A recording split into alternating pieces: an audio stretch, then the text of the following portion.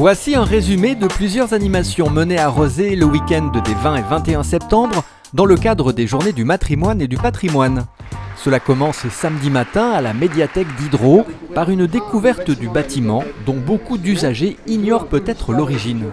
C'est une bibliothèque qui a la particularité d'avoir été construite dans un bâtiment qui était une église précédemment. Peu de gens le savent parce que c'est vrai que c'est un bâtiment qui ne ressemble pas à ce qu'on a l'habitude de voir d'une église. La médiathèque a été imaginée par l'architecte italien Massimiliano Fuksas en 1991 à partir de l'enveloppe en béton de l'ancienne église Saint-André. C'est par l'ancien escalier de la sacristie que l'on accède au sous-sol. Voici le magasin où arrivent les livres, où ils sont stockés, classés. La médiathèque en compte plus de 30 000, dont certains font réellement partie du patrimoine. C'est un exemplaire de l'encyclopédie de Diderot, qui est un petit peu l'âme de cette médiathèque finalement, donc c'est très intéressant. L'encyclopédie Diderot en 36 volumes a été achetée au moment de l'ouverture de la médiathèque. Direction ensuite le chronographe avec une visite commentée du site et plus précisément du port antique. Si je faisais quelques pas, on va dire ici à peu près, normalement il y a 2000 ans j'aurais les pieds dans l'eau. L'occasion également de découvrir la collection du moment qui marque la réouverture du chronographe après un an de travaux. Du sanglier au castor, nous voici à Claire-Cité à la Balinière, le quartier des maisons Castor, 101 maisons construites dans les années 50 par les habitants eux-mêmes et à découvrir soi-même.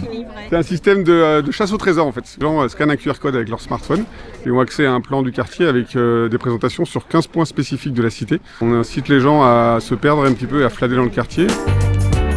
Et au détour des rues, les visiteurs rencontrent les habitants. C'était vraiment en fait de construire un quartier à taille humaine. Je trouve ça très sympa et c'est impressionnant comment l'ambiance Castor est restée avec tout ce lien entre habitants. Et surprise, voici Claude Sorin, 99 ans.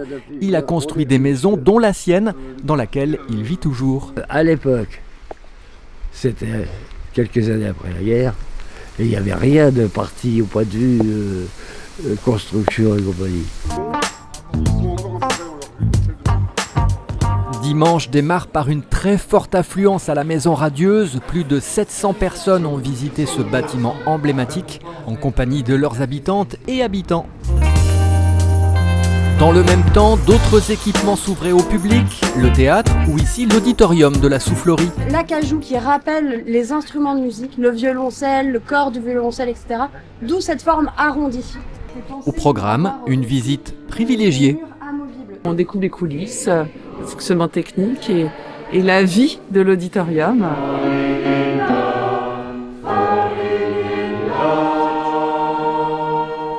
Un autre aspect du patrimoine roséen, c'est la culture de la convivialité avec un grand pique-nique sur l'esplanade Rosa Parks.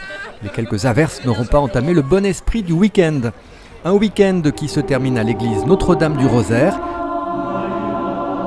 avec un concert d'Aria Voce, un voyage musical à travers l'histoire américaine et des chants joyeux porteurs de liberté.